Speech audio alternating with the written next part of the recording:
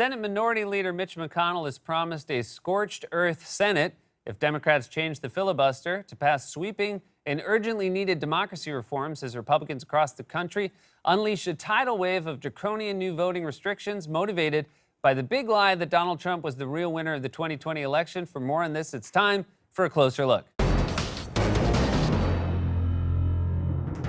Our democracy as currently constituted is simply not a level playing field. In fact, it's arguably never been a level playing field. It's heavily tilted toward a minority of voters that are predominantly white and rural, thanks in large part to anti-majoritarian institutions like the Electoral College and the Senate. Just consider that right now the Senate is evenly split 50-50, and yet the 50 Senate Democrats represent nearly 42 million more Americans than the 50 Senate Republicans. For example, Wyoming, with a population of about 580,000 people, has 2 senators, and New York also has 2 senators, even though there are 580,000 people just on my co-op board, which is why I'm still waiting on approval for the welcome mat I bought in 2002.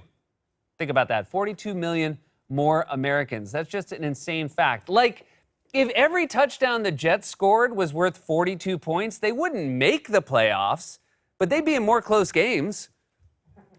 I mean, just consider the scope of how heavily tilted our democratic institutions are toward Republicans. They've only won the popular vote once in the last 32 years, yet they've appointed a majority of Supreme Court justices. They've lost the popular vote by nearly 3 million. In 2016, lost the House by the largest margin since Watergate. In 2018, lost 2 Senate seats in historically red Georgia this year, and yet Mitch McConnell still basically gets a veto over what the Senate can or cannot pass. The only way the Senate can get anything done right now is through a process called budget reconciliation, which has more rules than a Manhattan parking sign.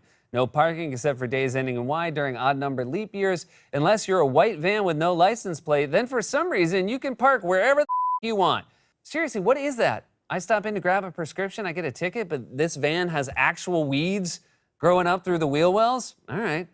The Democrats were able to pass their massively popular COVID relief bill through reconciliation, but thanks to the Senate parliamentarian and a bunch of absurd rules no one understands, they had to drop their proposal for a $15 minimum wage. Trying to pass legislation through budget reconciliation is like trying to play some obscure board game your most annoying friend brought back from Europe. It's called Viking Quest. You role play as a Nordic sea commander searching for gold coins buried in trenches. Whenever you search a trench, you get an action card, which adds to your skill table, allowing you to trade for cargo, which you can use to score victory points. And whoever scores the most victory points gets to leave board game night and go home. It's from the same company that makes Ocean Master. They also make NyQuil with 2 L's. Keeps you up. So the deck is already stacked heavily in the Republicans' favor, and yet because they still got swamped in the 2020 elections, they're trying to make it even harder for Americans to vote. State election officials across the country expanded mail and early voting in 2020 because of the pandemic. And by the way, if you judge the health of a democracy not by the results, but by how many people voted, it was a huge success. Voter fraud was virtually non-existent. As has been the case for decades, even as turnout was the highest in over a century. You know how everyone's always complaining about low voter turnout in America? 2020 showed us how to fix it. Just make voting easier. Let people vote at their convenience, either in person or by dropping off a ballot in the mail. Voting should take a few minutes tops. Everything else has gotten easier in America. Why not voting? Remember when your mom used to have to call the Mexican restaurant to order delivery? Now there are a million apps, which is great because you don't have to hear her pronounce the L's in quesadilla. I'd like 2 quesadilla with guacamole. And yet, to register to vote, you have to bring like 3 forms of ID to the county registrar and some government building you've never even seen before that looks like the crawl space from Being John Malkovich. And it shouldn't be on Tuesday or day. Now, some may argue that Monday's worse, but would you prefer Memorial Day to fall on a Tuesday? You wouldn't, because Tuesdays are If you said to a friend, we should get dinner soon, and they said, how about Tuesday? You'd say, how about you right off? And don't start on Wednesday. I'd trade 100 Tuesdays for 1 Wednesday. Hump day? Tuesday's chump day.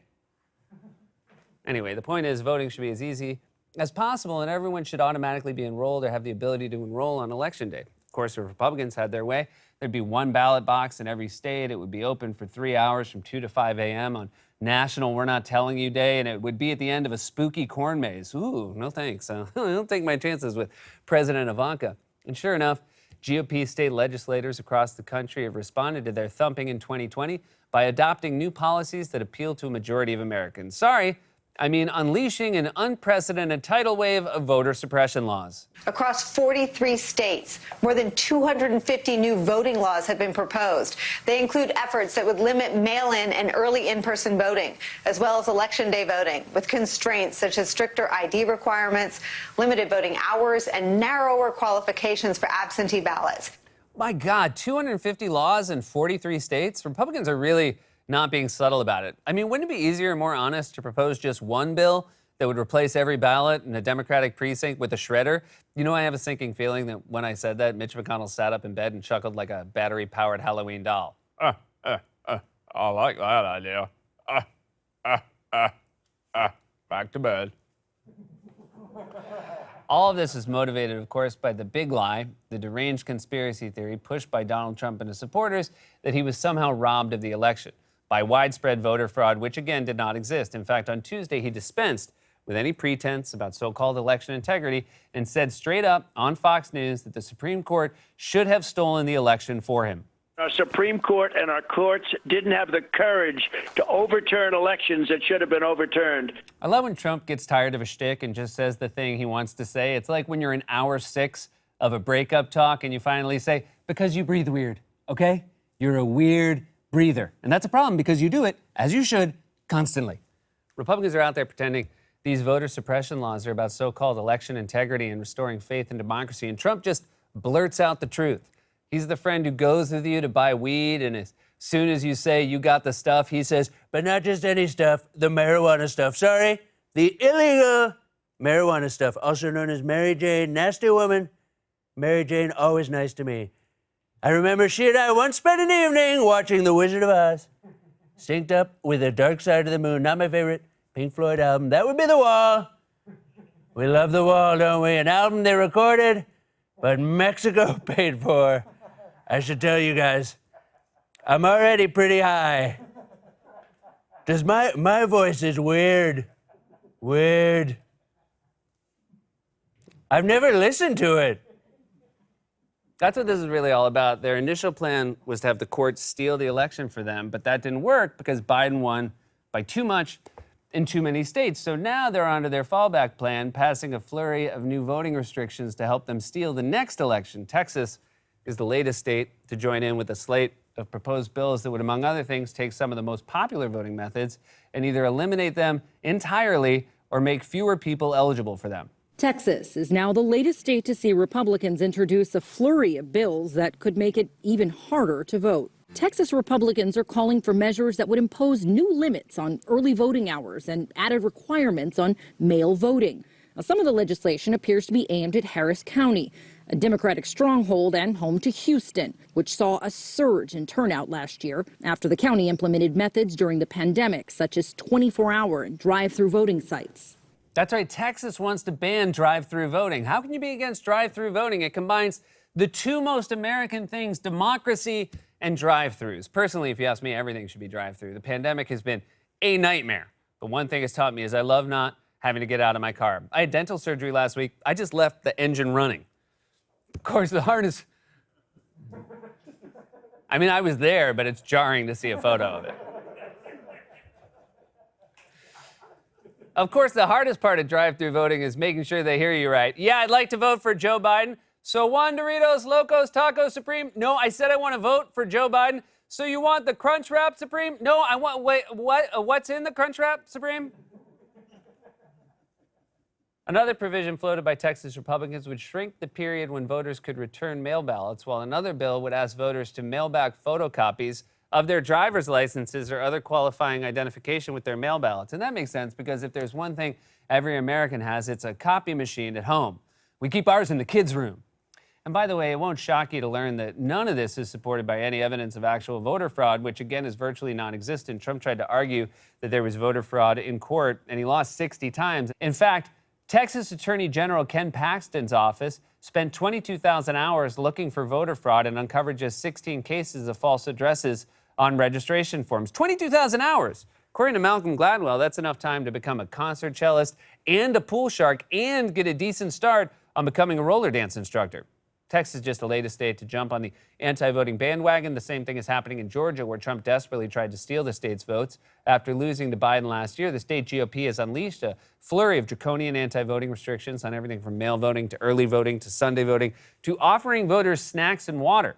Restrictions that are designed to target black voters in particular, as Georgia Senator Raphael Warnock pointed out on Wednesday. There is a move to ban line warming. And what that is where volunteers will provide water, some snacks, even chairs to voters that are standing in line for a long time. They are the ones making the lines longer through these draconian actions. And then they want to make it a crime to bring grandma some water while she's waiting in a line that they're making longer. That's right. Republicans want to make it a crime to give grandma water. In fairness, none of their old dudes seem to drink any water. That's why they look like dried apple dolls. All you have to do is pour some water on Rudy and he'd immediately sprout hair like a chia pet.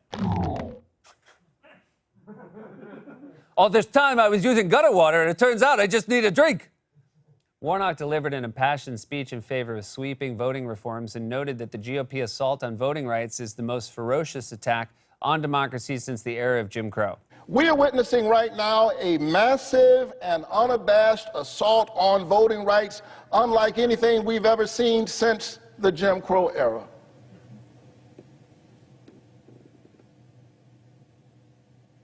This is Jim Crow in new clothes. He's right, and the clothes aren't even good. I mean, look at this. It looks like he was thrown naked in the dumpster behind a Palm Beach pro shop and give him 5 minutes to pick an outfit. That's a good Halloween costume if you want to go as Lost Grandpa at Disney World.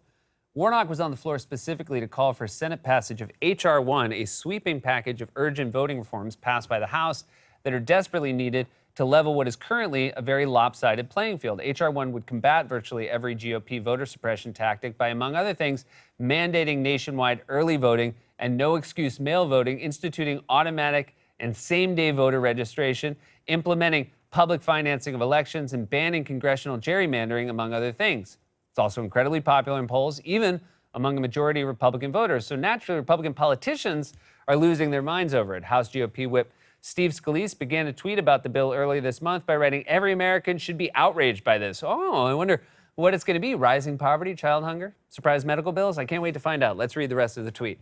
Democrats just voted to ban voter ID nationwide and force every state to permanently expand mail-in voting. Wait, that's what you want us to be outraged about? A bill that makes it easier to vote that's also incredibly popular? You can't start a tweet like that and then finish with something so underwhelming. It's like getting up on a chair in the middle of your office with a bullhorn and screaming, "Attention everyone, there's a shocking scandal. In this office, I would like to announce the free pizza in the conference room does not have pepperoni." There's free pizza in the conference room? That's not the important part of the announcement, Steve. Steve, come back. There's more. They also sent cheesecake. Now, because the GOP is stonewalling, there's obviously no realistic way of passing this bill in the Senate with 60 votes. So in order to make it a law, Democrats would have to kill or make changes to the filibuster, which is something even President Biden says he now supports. And let's just remember, the filibuster as it currently exists is itself a relic of the Jim Crow era. It's not in the Constitution, and it hasn't always been like this. It's a relatively recent invention. Mr. Smith Goes to Washington would have been a lot less dramatic if all he had to do was send an email to the Senate clerk saying, "I want to block this bill, thanks. Yo, so-and-so." Every time I do my Jimmy Stewart impression, an angel gets its wings and then farts a tiny bit. But Republicans are so terrified of even the prospect of modifying the filibuster rules that allow them to veto popular legislation. So McConnell took to the Senate floor on Tuesday to make a series of threats about what would happen if Democrats reformed the filibuster. Let me say this very clearly for all 99 of my colleagues. Nobody serving in this chamber can even begin to imagine what a completely scorched earth Senate would look like. We wouldn't just erase every liberal change that hurt the country. We'd strengthen America with all kinds of conservative policies with zero input from the other side. Okay, first of all, we can imagine a scorched earth Senate. It's scorched. You've done more scorching than a motel room iron. You can't do any more scorching. The Senate at this point is like an Italian restaurant in New Jersey after the Real Housewives film a scene there. There's ziti on the walls, tables have been flipped over, all the wine glasses are smashed. Also, you're the one who scorched it. You already nuked the filibuster for Supreme Court nominees. You bragged during Barack Obama's presidency that you would grind the institution to a halt to sabotage his agenda. You rushed to confirm a Supreme Court nominee before the election with no support from Democrats in just 30 days. And you guys passed a tax bill along party lines in the dead of night after scribbling changes in the margins at the last minute like you were making notes on a friend's screenplay. I would focus less on the soundtrack and more on character development, and also the bad guys should get away with it. Republicans tried to steal the last election through the courts. That didn't work, so now they're trying to steal the next election through voter suppression. Nuking or changing the filibuster to stop them is a moral necessity. We badly need sweeping reforms to make our democracy a level playing field, make it easy for everyone to vote in person or by mail, and make sure it remains legal to Bring grandma some water. This has been A Closer Look. God's Love We Deliver cooks and brings over 2 million meals a year to men, women, and children living with HIV, AIDS, cancer, and other serious illnesses, and they need your help now more than ever. If you're watching this online, you can hit the donate button. Stay safe, wear a mask, get vaccinated. We love you.